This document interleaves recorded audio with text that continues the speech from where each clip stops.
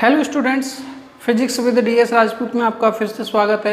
और हम न्यूमेरिकल की सीरीज़ में चल रहे हैं। फर्स्ट चैप्टर आपका थ्योरेटिकली कंप्लीट हो चुका है और आज अपन न्यूमेरिकल की बात कर रहे हैं। न्यूमेरिकल के और भी लेक्चर मैं अपलोड कर चुका हूं और आई थिंक ये लास्ट या इसके बाद एक और होगा। इसके बाद फर्स्ट चैप्टर के न्यूमेरिकल आपके कंप्लीट हो जाएंगे, ठीक है ना। फिर उसके बाद थ्योरी, सेकेंड चैप्टर की थ्योरी भी चल रही है, वो भी अपन आगे करेंगे, ठीक है ना।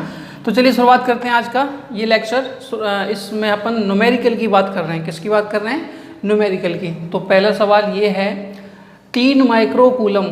सवाल में कह रहे हैं कि 3 माइक्रोकूलम का ये आवेश है, ये दिख रहा है आपको, 3 माइक्रोकूलम के बिंदु आवेश से ये बिंदु आवेश है और ये 3 माइक्रोकूलम का है। 3 माइक्रोकूलम के बिंदु आवेश से 2 मीटर की दूरी पर, मान लिया ये दूरी 2 मीटर है, 2 मीटर की दूरी पर एक और बिंदु आवेश रखा है -2 माइक्रोकूलम, ठीक है ना। एक दूसरा आवेश रखा है। इन दोनों आवेशों से 1 मीटर की दूरी पर, इन दोनों आवेशों से 1 मीटर की दूरी पर स्थित बिंदु पर विद्युत क्षेत्र की तीव्रता ज्ञात करो। आप ये बताओ, दोनों आवेशों के बीच की दूरी 2 मीटर है यहाँ से यहाँ तक, ठीक है ना। ये बिंदु ए रखा है, ये बिंदु बी। अब इस वाले से 1 मीटर की दूरी और इस वाले से 1 मीटर की दूरी, तो आप बताओ मिड पॉइंट हो जाएगा। क्या हो जाएगा? मिड पॉइंट हो जाएगा, मध्य बिंदु हो जाएगा। क्या हो जाएगा? मध्य बिंदु हो जाएगा। समझ गए? क्या हो जाएगा? मध्य बिंदु। अब ये मध्य बिंदु ओ देख रहे हो ना, इस ओ मध्य बिंदु पे आपको क्या निकालना है? विद्युत क्षेत्र की तीव्रता ई निकालनी है। क्या निकालनी है? विद्युत क्षेत्र की तीव्रता ई निकालनी है। समझ गए ना। अब यहाँ देखो, ये प्लस आवेश है, ये क्या है?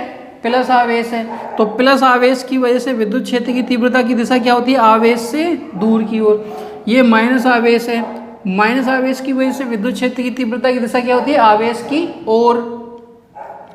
तो ये प्लस की वजह से विद्युत क्षेत्र की तीव्रता की डायरेक्शन उधर होगी, माइनस की वजह से भी विद्युत क्षेत्र की तीव्रता की डायरेक्शन उधर होगी। दोनों की डायरेक्शन सेम हो गई ना, तो जुड़ेंगे घटेंगे? जुड़ेंगे। दोनों की डायरेक्शन सेम हो गई ना, तो जुड़ेंगे, ठीक है ना।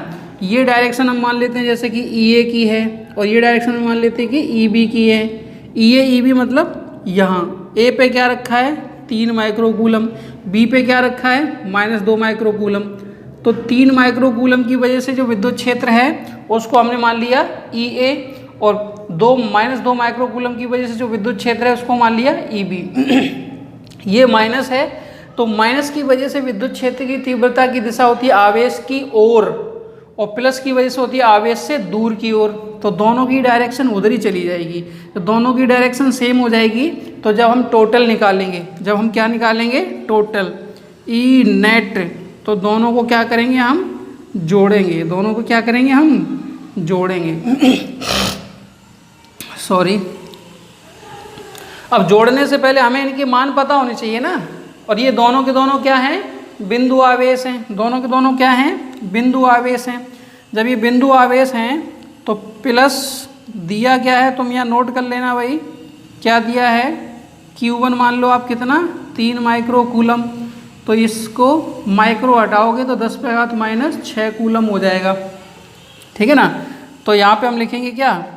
3 माइक्रोकूलम आवेश, 3 माइक्रोकूलम आवेश के कारण, 3 माइक्रोकूलम आवेश के कारण बिंदु O पर विद्युत क्षेत्र की तीव्रता, बिंदु O पर विद्युत क्षेत्र की तीव्रता, विद्युत क्षेत्र की तीव्रता। तो ये हो जाएगी आपकी बिंदु कितना है यहाँ पे? A, तो ई सफिक्स ए हो जाएगी। और ये बिंदु आवेश है, बिंदु आवेश की वजह से फॉर्मूला क्या बताया तुमने आपको? KQ/R², KQ/R², ठीक है। K की जगह क्या रखोगे? K का मान हमने कल बताया था आपको 9 × 10⁻9, और Q का मान कितना है यहाँ पे? 3 × 10⁻⁻6, ठीक है, और बटे 1 का वर्ग। तो ये कितना हो जाएगा? 9 तिया 27, और यहाँ 10⁻9 प्लस के, 10⁻6 माइनस के, तो 10⁻+3 आ जाएगा। मात्रक हो जाएगा न्यूटन प्रति कूलम। इसी प्रकार इसी प्रकार क्या बच गया 2 -2 माइक्रो कूलम, ये पूरी लाइन लिख देना। -2 माइक्रो कूलम आवेश के कारण बिंदु O पर विद्युत क्षेत्र की तीव्रता, ठीक है ना। तो इसको हमने मानेंगे क्या E∗B, फॉर्मूला यही लगना है KQ/R²। K की जगह क्या रखोगे 9 × 10⁻9 और Q की जगह क्या रखोगे 2 × 10⁻⁻6। R की जगह क्या रखोगे 1 का वर्ग। अब आप सोच रहे होगे सर यहाँ माइनस क्यों नहीं रखा, ठीक है ना।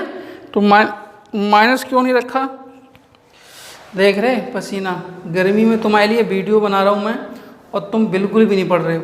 माइनस इसलिए नहीं रखा बेटा, हमने यहाँ पे वेक्टर यूज नहीं किया। क्या यूज नहीं किया, वेक्टर, परिमाण है ये। क्या है ये, परिमाण है। परिमाण हमेशा धनात्मक होते हैं। अब ये देखो 9 दूनी 18 हो जाएगा और 18 गुणा हो जाएगा 10⁻³ न्यूटन प्रति कूलाम। ये हो गया आपका क्या E∗B। अब जब E टोटल करोगे क्या करोगे भाई, E नेट, E कुल, तो ये हो जाएगा आपका EA + EB, ठीक है ना। EA का मान कितना था 27 × 10⁻³ और इसका था 18 × 10⁻³ तो 18 और 27 कितने हो जाएंगे भाई क्यों भाई 8 7 15 5 1 2 1 3 और 1 4, तो ये हो गया आपके 45 × 10⁻³ न्यूटन प्रति कूलाम। ये हो जाएगा आपका आंसर, ठीक है ना। आई थिंक आपको समझ में आया होगा, नोट करो इसको जल्दी से। अब अपन बात करते हैं नेक्स्ट न्यूमेरिकल की। ओके, नेक्स्ट न्यूमेरिकल क्या है समझो। यहाँ पे देखो 2 आवेश दे रखे हैं, एक दे रखा है 5 × 10⁻⁻19 कूलम और दूसरा दे रखा है 20 × 10⁻⁻19 कूलम के 2 आवेश हैं और दोनों के बीच की दूरी कितनी है 2 मीटर है, ठीक है ना। अब आपसे कहे कि भाई इन्हें मिलाने वाली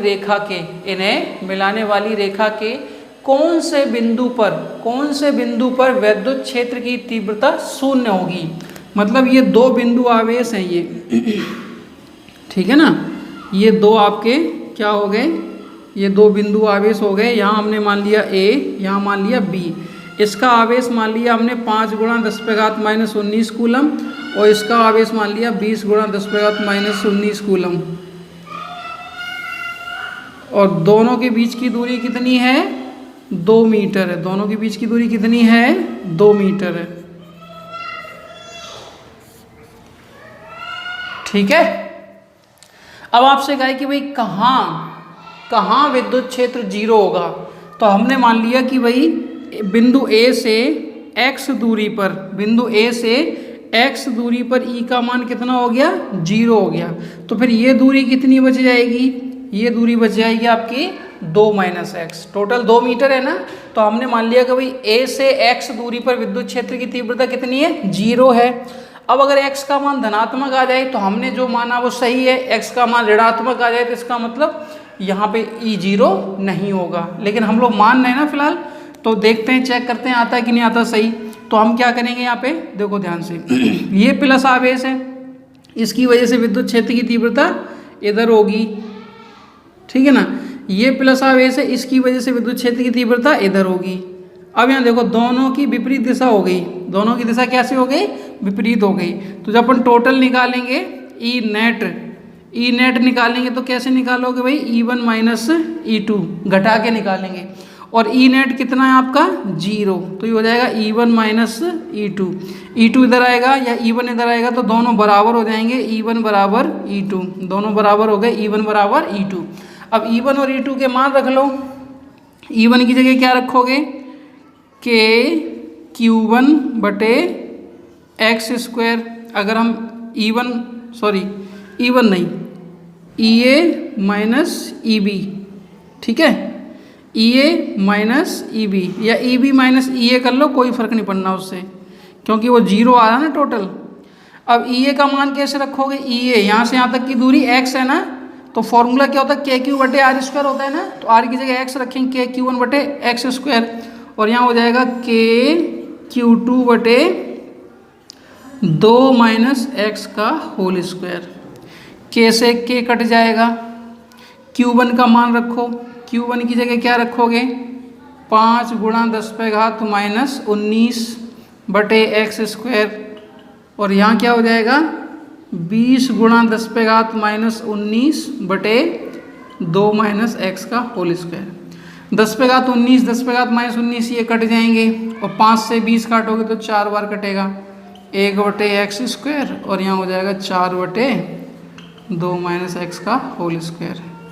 अब यहाँ वर्गमूल कर लो, क्या कर लो वर्गमूल करोगे ना तो 1 बटे एक्स रह जाएगा ये, और ये 2 बटे 2 माइनस एक्स रह जाएगा। क्रॉस गुणा करोगे तो क्रॉस गुणा करना आता है क्या, x का गुणा 2 में करोगे तो 2x, और इधर क्या रह जाएगा 2 माइनस एक्स इधर आएंगे तो प्लस के हो जाएंगे। 2x और x कितना हो जाएगा 3x बराबर 2, तो x बराबर कितना हो जाएगा 2 बटे 3।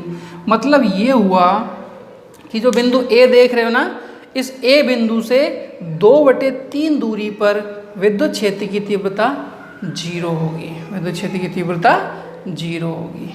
ओके, कोई दिक्कत, नोट करो जल्दी से।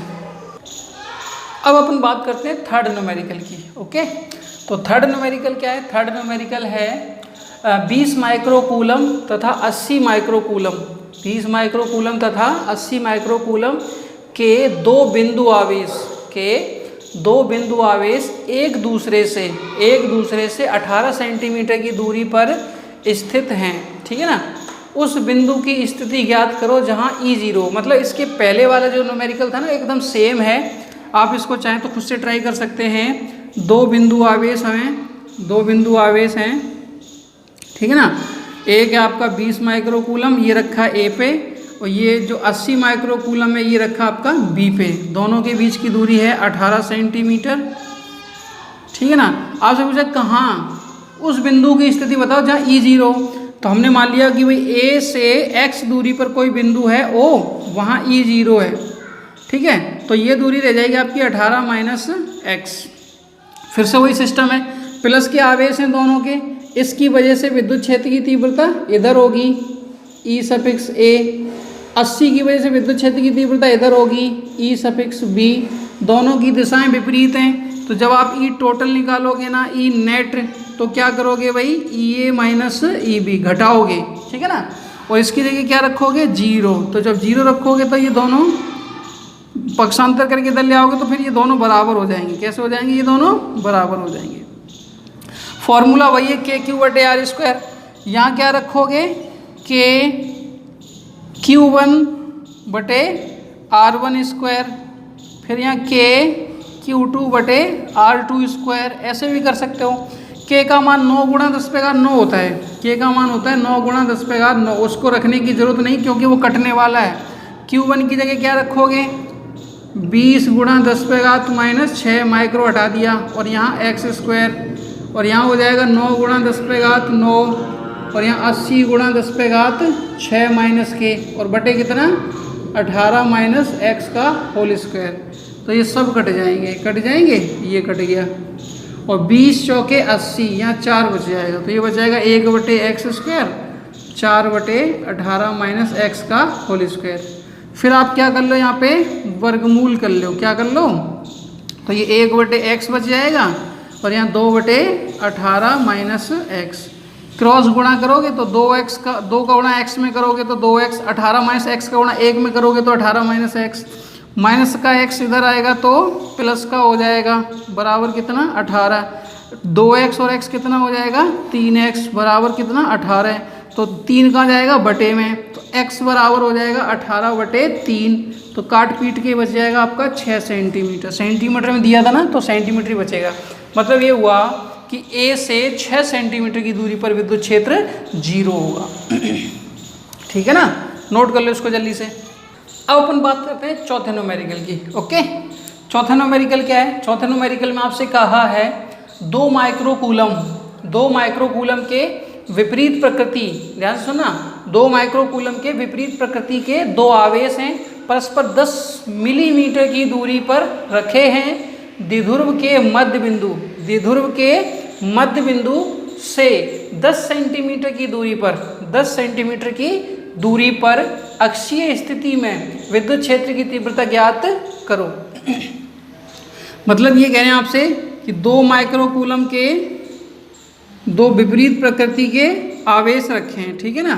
तो एक 2 माइक्रोकूलम का होगा तो एक -2 माइक्रोकूलम का, और दोनों के बीच की दूरी है 10 मिलीमीटर, 10 मिलीमीटर। और इसके मध्य बिंदु O से 10 सेंटीमीटर की दूरी पर इसकी अक्षीय स्थिति है। ये अक्षीय स्थिति पे बिंदु P है और यहाँ आपको E निकालना है। क्या निकालना है? E। अब हम आपको प्रोसेस नहीं बताएंगे पूरा, हमने अक्षीय स्थिति में डेरिवेशन करवाया है, उस डेरिवेशन का सीधा फॉर्मूला यूज करेंगे, ठीक है ना। देखो कैसे। सबसे पहले हम लिख लेंगे क्या दिया है, आवेश कितना है 2 माइक्रोकूलम, एक सिंगल ही लिया जाता है इसमें, ठीक है ना। माइक्रो हटाओगे तो 10⁻⁻6 आ जाएगा। दोनों आवेशों के बीच की दूरी है ना, उसको हम लोग 2a से दर्शाते हैं। किससे दर्शाते हैं? 2a से। तो 2a दे रखा आपका कितना 10 मिलीमीटर, मिलीमीटर हटाओगे तो 10⁻³ आ जाएगा। एक जीरो से एक घात कम हो जाएगी तो 2a बच जाएगा आपका 10⁻² मीटर। और दूरी r दे रखी है आपको 10 सेंटीमीटर। 10 सेंटीमीटर का मतलब 10 गुणा 10⁻² मीटर। और ठीक है ना, एक जीरो से एक घात कम हो जाएगी तो ये बच जाएगा 10⁻⁻1 मीटर। और अब बताओ P, बताओ P कैसे निकालते थे? P होता है द्विध्रुव आघूर्ण। P क्या होता है? विद्युत द्विध्रुव आघूर्ण। तो विद्युत द्विध्रुव आघूर्ण का फॉर्मूला होता है Q × 2a। तो Q की जगह क्या रखोगे 2 गुणा 10⁻⁻6 और 2a की जगह रखोगे 10⁻² मीटर ही होगा, ये मिलीमीटर नहीं, ठीक है। तो ये कितने हो गए? ये हो गए 2 गुणा 10⁻8 कूलाम × मीटर। अब हमें ई अक्षीय स्थिति में चाहिए। कहाँ चाहिए? ई अक्षीय स्थिति में। तो फॉर्मूला होता है 2kp/r³। फॉर्मूला क्या होता है? 2kp/r³। तो k का मान कितना बताए थे हम? k का मान होता है 9 गुणा 10⁻9। p का कितना निकाल लिया? 2 गुणा 10⁻8। और r का कितना है? 10⁻1 और उसका भी क्या? क्यूब। अब यहाँ देखो 9 दूनी 18, 18 दूनी 36, 9 दूनी 18, 18 दूनी 36। अब ध्यान से सुनना, ये कितना 10⁻³ ऊपर जाएंगी तो 10⁻+3 प्लस के 9 पहले से ही है तो 9 3 12 प्लस के हो गए और 8 माइनस के हैं, 12 प्लस के 8 माइनस के, तो 10 कितनी बच जाएगी? 4। 10 कितनी बच जाएगी? 4। तो ई अक्षीय हो गया। क्या हो गया? ई अक्षीय, न्यूटन प्रति कूलाम, ठीक है। अब इसका एक ही न्यूमेरिकल करवाऊंगा, ध्यान दो जरा।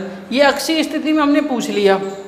अगर इतनी ही दूरी पर, ध्यान से सुनना, इतनी ही दूरी पर निरक्षीय स्थिति में पूछा जाए तो हमने फॉर्मूला लिखाया था, जो ई निरक्षीय स्थिति में होता है वो ई अक्षीय का आधा होता है। मतलब इसका आधा कर दोगे ना तो इतनी ही दूरी पर ऊपर निरक्षीय स्थिति में आपको विद्युत क्षेत्र की तीव्रता पता चल जाएगी। लेकिन अगर दूरी अलग है तो निरक्षीय स्थिति का फॉर्मूला होता है kp/r³। अगर kp/r³, ओके, आई थिंक कर सकते हो। अक्षीय स्थिति आ जाए, निरक्षीय स्थिति आ जाए तो आप कर सकते हो। एक नंबर में क्वेश्चन आ जाता है, केवल P पूछते हैं, विद्युत द्विध्रुव आघूर्ण बताओ, तो केवल यहीं तक निकाल के बताना है। P बराबर होता है Q × 2a। तो Q दे रखा है और 2a की दूरी, 2a ये नहीं होता, 2a होता दोनों आवेशों के बीच की दूरी।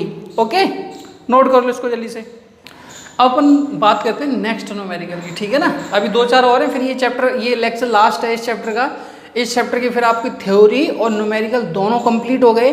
अब इसके बाद अपन कल से जो बात करने वाले हैं वो सेकंड चैप्टर की थ्योरी। हालांकि सेकंड चैप्टर की थ्योरी के 2 या 3 वीडियो हम शायद डाल चुके हैं, शायद 2 पड़ गए हैं। फिर उसके बाद थ्योरी, फिर न्यूमेरिकल, थ्योरी फिर न्यूमेरिकल, ऐसे अपन रेगुलरली इस पे आपको पूरा सिलेबस बहुत जल्दी 2-3 महीने में हम कवर करवा देंगे। ओके। सवाल ये है कि 1 माइक्रोकूलम के 2 बराबर आवेश हैं। 1 माइक्रोकूलम के 2 बराबर तथा विपरीत आवेश हैं। तो एक अगर प्लस का होगा तो दूसरा माइनस का होगा। दोनों के बीच की दूरी दे रखी है 2 मिलीमीटर। दोनों के बीच की दूरी 2 मिलीमीटर दे रखी है। अब इसमें विद्युत द्विध्रुव आघूर्ण पूछा है। क्या पूछा है? P। सबसे पहले क्या लिखोगे भाई? दिया है Q कितना दिया है? 1 माइक्रोकूलम। माइक्रो हटाओगे तो 10⁻⁻6 लगाओगे और 2a का मान कितना दे रखा है? 2 मिलीमीटर। मिलीमीटर को मीटर में बदलो तो 10⁻³ आ जाएगा। पी पूछा आपसे, क्या पूछा है? पी। तो पी का फॉर्मूला क्या बताया था हमने आपको अभी अभी? Q × 2a। तो Q की जगह 1 × 10⁻⁶ और यहाँ हो जाएगा 2 × 10⁻³ तो ये हो जाएगा 2 एकम 2 × 10⁻⁹। तो ये हो जाएगा P, ये हो जाएगा आपका कूलाम × मीटर। ठीक है, कर लो इसको जल्दी से। इसके बाद बात करते हैं अपन नेक्स्ट न्यूमेरिकल की। ओके, नेक्स्ट न्यूमेरिकल क्या है? ये है 2 न्यूटन प्रति कूलाम। न्यूटन प्रति कूलाम किसका मात्रक होता है? ई का। किसका? ई का। ई बराबर है आपका न्यूटन प्रति कूलाम। सॉरी, मान तो लिख लो मास्टर जी, 2 न्यूटन प्रति कूलाम। थीटा कितना दे रखा है? 30 डिग्री। ये जो मान दे रखा है तो 1 कूलाम × मीटर। ये पी का मान 1 कूलाम × मीटर। ठीक है ना, कि 1 कूलाम × मीटर के आघूर्ण का विद्युत द्विध्रुव रखा है। द्विध्रुव पर लगने वाले बल युग्म, बल युग्म का मतलब जानते हो? बल आघूर्ण की बात कर रहे हैं। बल युग्म का मतलब होता है बल आघूर्ण, और बल आघूर्ण को टाउ से दर्शाते हैं। और टाउ बराबर होता है आपका टाउ, टाउ नहीं, tau P sin theta.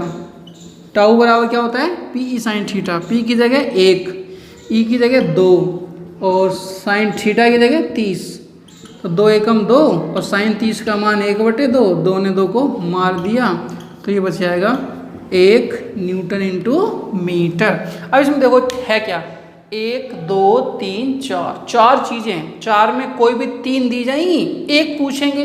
Formula तो लगा लोगे ना फॉर्मूला। चलो ऐसा करो, चलो एक और करवा देते हैं, इसको नोट करो जल्दी से। अब अपन बात करते हैं अगले न्यूमेरिकल की। ये लास्ट न्यूमेरिकल जो है ना, आपका पता ही हर साल हर बार की तरह 5 करोड़ रुपए के लिए होता है। ठीक है, और इसका अगर आप सॉल्व कर लोगे ना तो आपको कितने रुपए मिलेंगे? 5 करोड़ रुपए मिलेंगे। और जब तक आपका चेक रेडी नहीं हो जाता तब तक इसको सॉल्व कर लेते हैं। ठीक है, देखो इसमें दिया गया एक विद्युत द्विध्रुव जो है ना 10⁵ न्यूटन प्रति कूलाम। ये किसका मान है? ई का। 10⁵ न्यूटन प्रति कूलाम के विद्युत क्षेत्र में 30 डिग्री के कोण पर, यानी कि थीटा 30 डिग्री हो गया। और न्यूटन × मीटर किसका मात्रक होता है? बल आघूर्ण का। बल आघूर्ण को किससे दर्शाते थे? टाउ से। तो टाउ का मान है आपका 6 × 10⁻⁻24 न्यूटन × मीटर। अब आपसे कह रहे हैं विद्युत द्विध्रुव आघूर्ण। विद्युत द्विध्रुव आघूर्ण पी होता था, तो पी निकालना आपको। ठीक है ना, तो फॉर्मूला लगाना आपको क्या? टाउ बराबर हो जाएगा पी sin थीटा। ओके, तो टाउ की जगह क्या रखोगे भाई? 6 × 10⁻⁻24। पी हमें निकालना है, ई की जगह 10⁵, ई की जगह कितना? 10⁵ और sin 30। sin 30 का मान क्या होता है भाई? 1/2। sin 30 का मान होता है 1/2। पक्षांतर करोगे 2 ऊपर आ जाएगा तो 6 दूनी 12 गुणा 10⁻⁻24 बटे 10⁵ बराबर कितना? पी। 10⁵ ऊपर जाएगा ना तो माइनस का हो जाएगा, 24 पहले से ही है तो माइनस के और बढ़ जाएंगे, तो माइनस के 29 हो जाएंगे कूलाम × मीटर। 12 गुणा 10⁻⁻29 कूलाम × मीटर। ठीक है ना, और सब टाइप हो गए हैं इस चैप्टर के। अगर आपको ये वीडियो अच्छा लगा हो तो लाइक शेयर जरूर कर दें। देख रहे हो ऐसा ये पसीना पूरा, परेशान हूँ मैं बहुत ज़्यादा, फिर भी मैं आपको बता रहा हूँ। ठीक है ना, तो वीडियो को शेयर कर दिया करो। इस चैनल को ज़्यादा से ज़्यादा लोगों को शेयर करो ताकि ज़्यादा से ज़्यादा स्टूडेंट इससे जुड़ सकें और उनको घर बैठे फिजिक्स की तैयारी हो सके। ठीक है, मिलते हैं अगले वीडियो में, तब तक के लिए धन्यवाद।